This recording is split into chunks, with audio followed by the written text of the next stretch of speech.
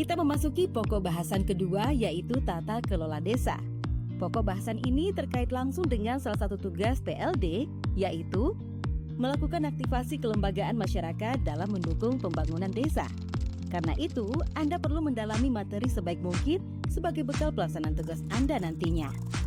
Materi tata kelola desa ini dibagi ke dalam 3 subpokok bahasan, yaitu kelembagaan dalam tata kelola desa, musyawarah desa sebagai basis tata kelola dan penggerak demokratisasi desa, prinsip-prinsip tata kelola desa. Setelah mendalami subpokok bahasan ini, Anda diharapkan dapat 1. Menjelaskan pemangku kepentingan dalam tata kelola desa, dan 2. Menjelaskan pelaku-pelaku dalam pemerintahan desa. Para PLD yang berbahagia, mari kita mulai. Siapakah pemangku kepentingan dalam tata kelola desa? Apa kaitannya dengan kelembagaan desa? Apakah lembaga-lembaga yang dimaksud? Siapa aktor, subjek, atau pelaku penting dalam kelembagaan desa? Pemangku kepentingan memiliki kemiripan dengan unsur-unsur kelembagaan desa. Dua istilah ini sama-sama digunakan dalam Undang-Undang Desa. Namun sesungguhnya keduanya berbeda. Pemangku kepentingan digunakan untuk menyebut unsur masyarakat yang wajib terlibat dalam musyawarah desa.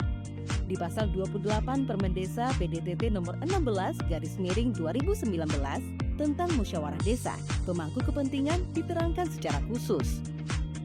Mereka misalnya kelompok tani, kelompok nelayan, kelompok perempuan, forum anak, kelompok masyarakat miskin, kelompok seniman.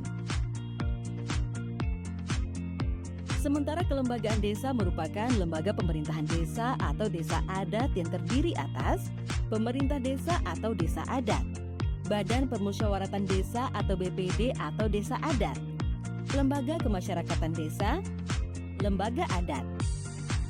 Kita akan bahas masing-masing lembaga di atas satu persatu. Pemerintah desa atau desa adat. Ketentuan pasal 25 Undang-Undang Desa mendefinisikan pemerintah desa atau desa adat sebagai berikut. Kepala desa atau yang disebut dengan nama lain dan yang dibantu oleh perangkat desa atau yang disebut dengan nama lain. Badan Permusyawaratan Desa atau desa adat, disingkat BPD. Dalam ketentuan umum Undang-Undang Desa dijelaskan bahwa Badan Permusyawaratan Desa atau yang disebut dengan nama lain adalah lembaga yang melaksanakan fungsi pemerintahan yang anggotanya merupakan wakil dari penduduk desa berdasarkan keterwakilan wilayah dan ditetapkan secara demokratis. Penting dicatat bahwa keanggotaan BPD juga harus memperhatikan keterwakilan perempuan. Ini diatur oleh ketentuan ayat 1 pasal 56 Undang-Undang Nomor 3 Tahun 2024 tentang perubahan kedua atas Undang-Undang Nomor 6 Tahun 2024 tentang desa. Di ayat 1 tersebut diatur mengenai anggota BPD seperti berikut ini. Anggota Badan Permusyawaratan Desa merupakan wakil dari penduduk desa berdasarkan keterwakilan wilayah yang pengisiannya dilakukan secara demokratis dengan memperhatikan 30% keterwakilan perempuan. Lembaga Kemasyarakatan Desa. Ayat 2 Pasal 94 Undang-Undang Desa menetapkan lembaga kemasyarakatan desa sebagai wadah partisipasi masyarakat desa sebagai mitra pemerintah desa. Lembaga ini bertugas untuk melakukan pemberdayaan masyarakat desa, ikut serta merencanakan dan melaksanakan pembangunan, serta meningkatkan pelayanan masyarakat desa. Contoh dari lembaga kemasyarakatan desa ini misalnya RT, RW, PKK, Karang Taruna, Lembaga Pemberdayaan Masyarakat, dan lain-lain. Lembaga Adat Desa. Ayat 2 Pasal 94 Undang-Undang Desa mengartikan lembaga adat desa sebagai lembaga yang menyelenggarakan fungsi adat istiadat dan menjadi bagian dari susunan asli desa yang tumbuh dan berkembang atas prakarsa masyarakat desa. Lembaga ini bertugas membantu pemerintah desa dan sebagai mitra dalam memberdayakan, melestarikan, dan mengembangkan adat istiadat sebagai wujud pengakuan terhadap adat istiadat masyarakat desa.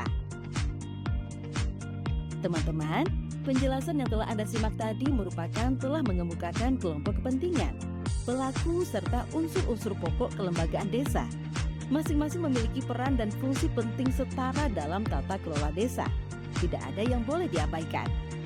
Sampai di sini, Semoga Anda sudah memiliki gambaran awal mengenai pemangku kepentingan dalam tata kelola desa dan pelaku pemerintahan desa. Anda harus membaca bahan bacaan untuk melengkapi detail perihal kelembagaan dalam tata kelola desa. Selain itu, Anda juga perlu menyimak infografis yang akan meringkas hubungan antar lembaga beserta pelaku di dalamnya. Selamat melanjutkan kegiatan belajar.